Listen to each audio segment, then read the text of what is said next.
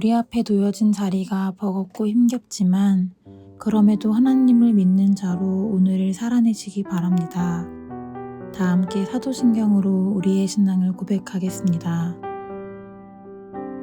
전능하사 천지를 만드신 하나님 아버지를 내가 믿사오며 그 외아들 우리 주 예수 그리스도를 믿사오니 이는 성령으로 잉태하사 동정녀 마리아에게 나시고 본디오 빌라도에게 고난을 받으사 십자가에 못 박혀 죽으시고 장사한 지 사흘 만에 죽은 자 가운데서 다시 살아나시며 하늘에 오르사 전능하신 하나님 우편에 앉아 계시다가 저리로서 산 자와 죽은 자를 심판하러 오시리라. 성령을 믿사오며 거룩한 공회와 성도가 서로 교통하는 것과 죄를 사하여 주시는 것과 몸이 다시 사는 것과 영원히 사는 것을 믿사옵나이다.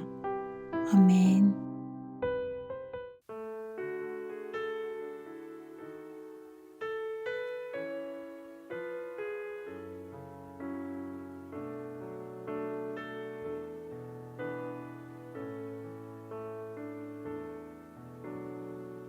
나의 영혼이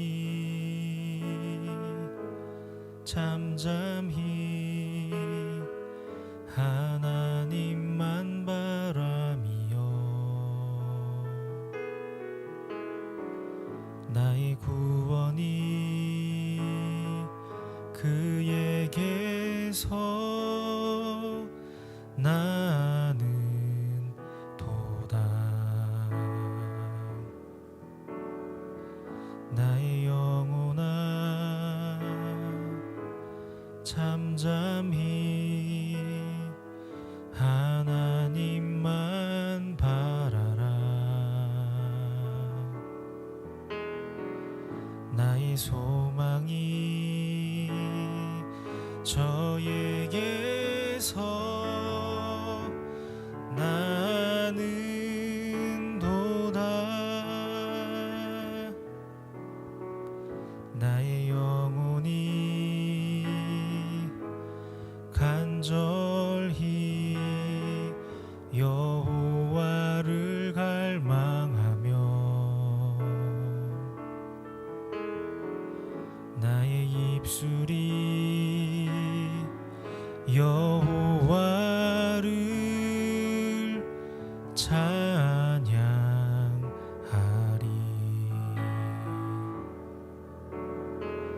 나의 영혼이 즐거이 여호와를 따르리니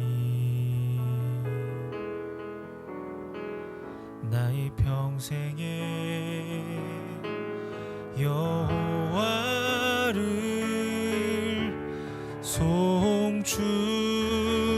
송축하리 오직 주만이 나의 반석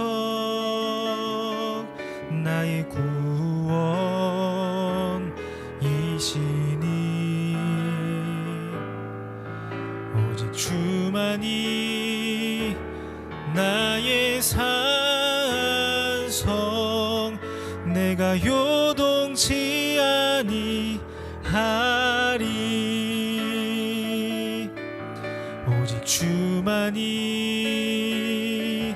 나의 반석 나의 구원이시니 오직 주만이 나의 산성 내가 요동치 아니하리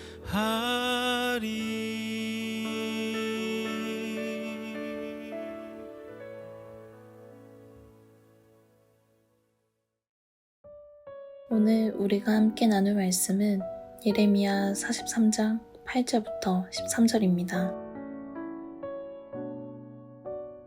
타바네스에서 여호와의 말씀이 예레미야에게 임하여 이르시되 너는 유다의 사람의 눈앞에서 내 손으로 큰 돌 여러 개를 가져다가 타바네스에 있는 바로의 궁전 대문의 벽돌로 쌓은 축대의 진흙으로 감추라. 그리고 너는 그들에게 말하기를 만군의 여호와 이스라엘의 하나님께서 이와 같이 말씀하시되 보라 내가 내 종 바벨론의 느부갓네살 왕을 불러오리니 그가 그의 왕좌를 내가 감추게 한 이 돌들 위에 놓고 또 그 화려한 큰 장막을 그 위에 치리라. 그가 와서 애굽 땅을 치고 죽일 자는 죽이고 사로잡을 자는 사로잡고 칼로 칠 자는 칼로 칠 것이라. 내가 애굽 신들의 신당들을 불지르리라. 느부갓네살이 그들을 불사르며 그들을 사로잡을 것이요 목자가 그의 몸에 옷을 두름 같이 애굽 땅을 자기 몸에 두르고 평안히 그곳을 떠날 것이며 그가 또 애굽 땅 베스메스의 석상들을 깨뜨리고 애굽 신들의 신당들을 불사르리라 하셨다 할지니라 하시니라. 아멘. 반갑습니다. 오늘 예레미야 43장 8절부터 13절을 중심으로 소망이라는 주제의 말씀을 함께 나누겠습니다.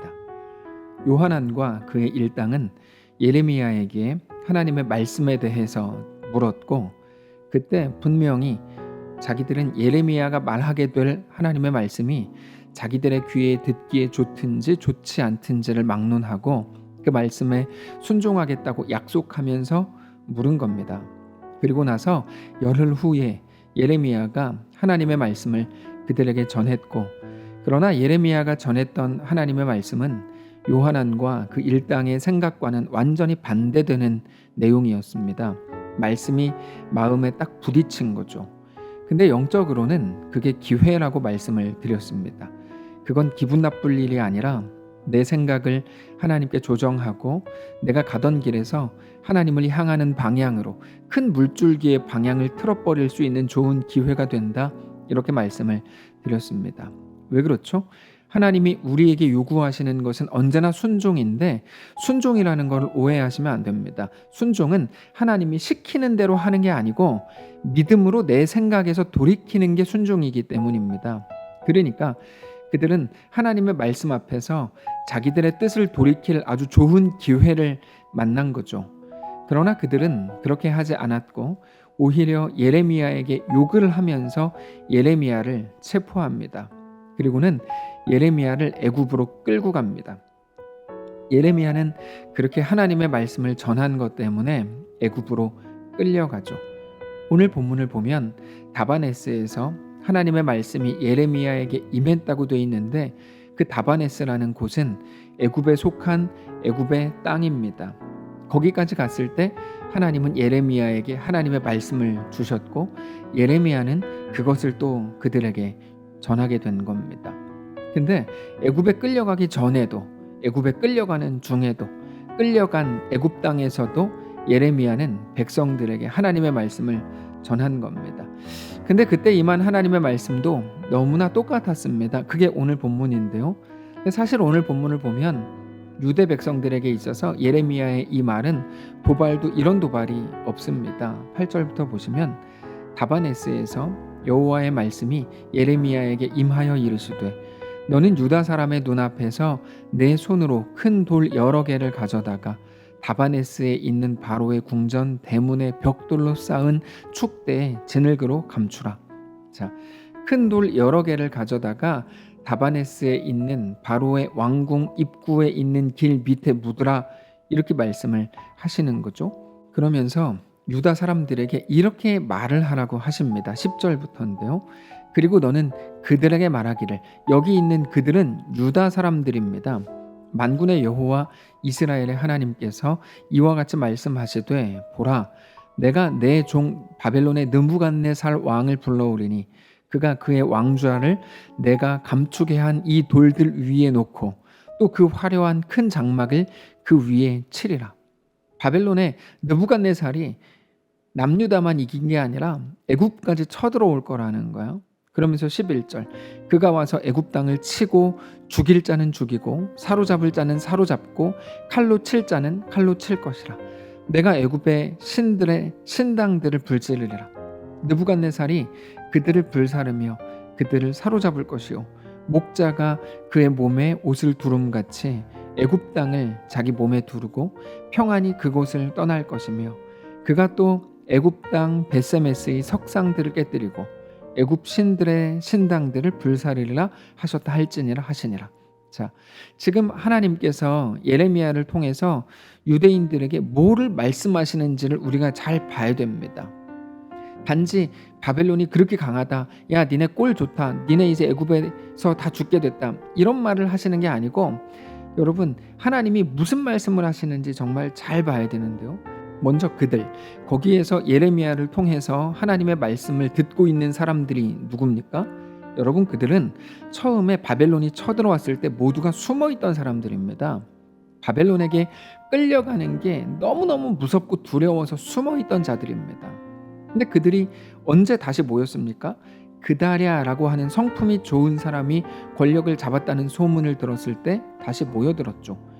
그다랴는 분명히 애굽이 아니라 바벨론에게 복종해야 된다고 말했습니다. 그 말은 그동안 유대 정권이 머리를 조아렸던 애굽이 아니라 바벨론을 선택했다는 겁니다.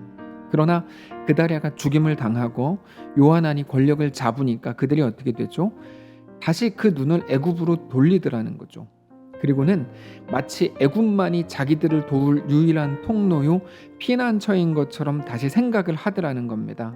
그래서 하나님께서 예레미야를 통해서 그들은 너희의 소망일 수 없다, 애굽은 절대로 너희의 피난처가 될 수 없다, 곧 바벨론이 와서 애굽을 다 망가뜨릴 거다, 니네가 소망 삼았던 그거 다 무너져 버릴 거다, 이렇게 말씀을 주시는 겁니다. 그 말은 그러므로 이제 애굽이 아니라 바벨론을 섬겨라, 이런 말이 아니고, 여러분 바벨론도 절대로 소망이 될 수가 없습니다. 이 땅에는 소망이 없다는 것을 말씀하시는 겁니다. 그리고 그것은 오늘 우리에게도 동일합니다. 우리가 이 땅을 사는 동안에 상당히 많은 것들을 소망이라고 여기면서 삽니다. 그리고 그것들은 우리에게 줄 수 있다고 하는 하나님께 기도하는 거죠. 어떻게 보면 하나님이 소망이라서 하나님께 기도하는 게 아니고, 그것들이 소망인데 그것들을 우리에게 가져다 줄 수 있는 유일한 분이 하나님이시라서 하나님께 기도하고 있는 건지도 모른다는 거야. 그렇게 보면 시드기야와 뭐가 다른 겁니까? 다를 게 없죠. 시드기야는 애굽의 도움을 얻기 위해서 하나님께 기도합니다.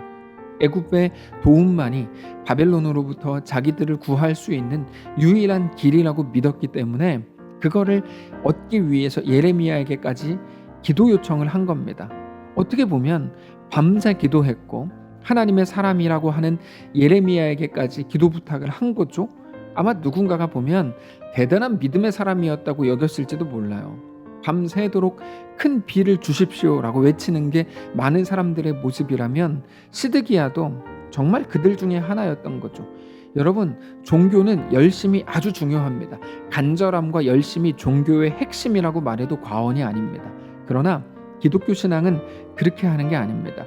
기독교를 종교라고 하지 않고 신앙이라고 부르는 이유가 바로 여기 있습니다. 기독교 신앙은 열심으로 하는 게 아닙니다. 믿음으로 하는 겁니다. 무슨 믿음이죠? 하나님을 믿는 거예요. 어떤 상황에서도 하나님을 믿기로 하는 겁니다. 하나님이 그거 주실 거야를 믿는 게 아니고 하나님을 믿는 겁니다. 내가 생각한 그 정답, 애굽의 도움을 얻는 것만이 유일한 나의 소망이고 나의 전부라고 믿는 내 정답을 하나님께도 외치면서 그거를 구하는 게 신앙이 아니고, 그거를 막 10시간 동안 밤새도록 구하면서 외쳐대는 게 대단한 믿음이 아니고, 내가 생각한 정답을 하나님 앞에서 깨뜨리는 게 신앙입니다. 무참히 짓밟는 게 신앙입니다. 어제도 말씀드린 것처럼 부서져야 되고 무너져야 되고 깨져야 되고 더 많이 씻겨야 되는 거죠. 그게 신앙입니다. 내가 그리스도 예수 안에서 그 일을 행하는 겁니다. 내가 믿는 거는 결국 내가 붙들고 있는 그것이 아니었고 오직 하나님이었다는 것을 고백하는 게 바로 신앙입니다. 그래서 예수님께서도 기도를 가르치실 때 간절함이나 어떤 정성을 가르치신 게 아니고 하나님을 믿는가? 하나님을 아버지라고 믿는가가 그 핵심이다. 이렇게 말씀을 주십니다. 그 마태복음 6장인데요. 사람에게 보이려고 그들 앞에서 너희 의의를 행하지 않도록 주의하라. 그리하지 아니하면 하늘에 계신 너희 아버지께 상을 받지 못하느니라.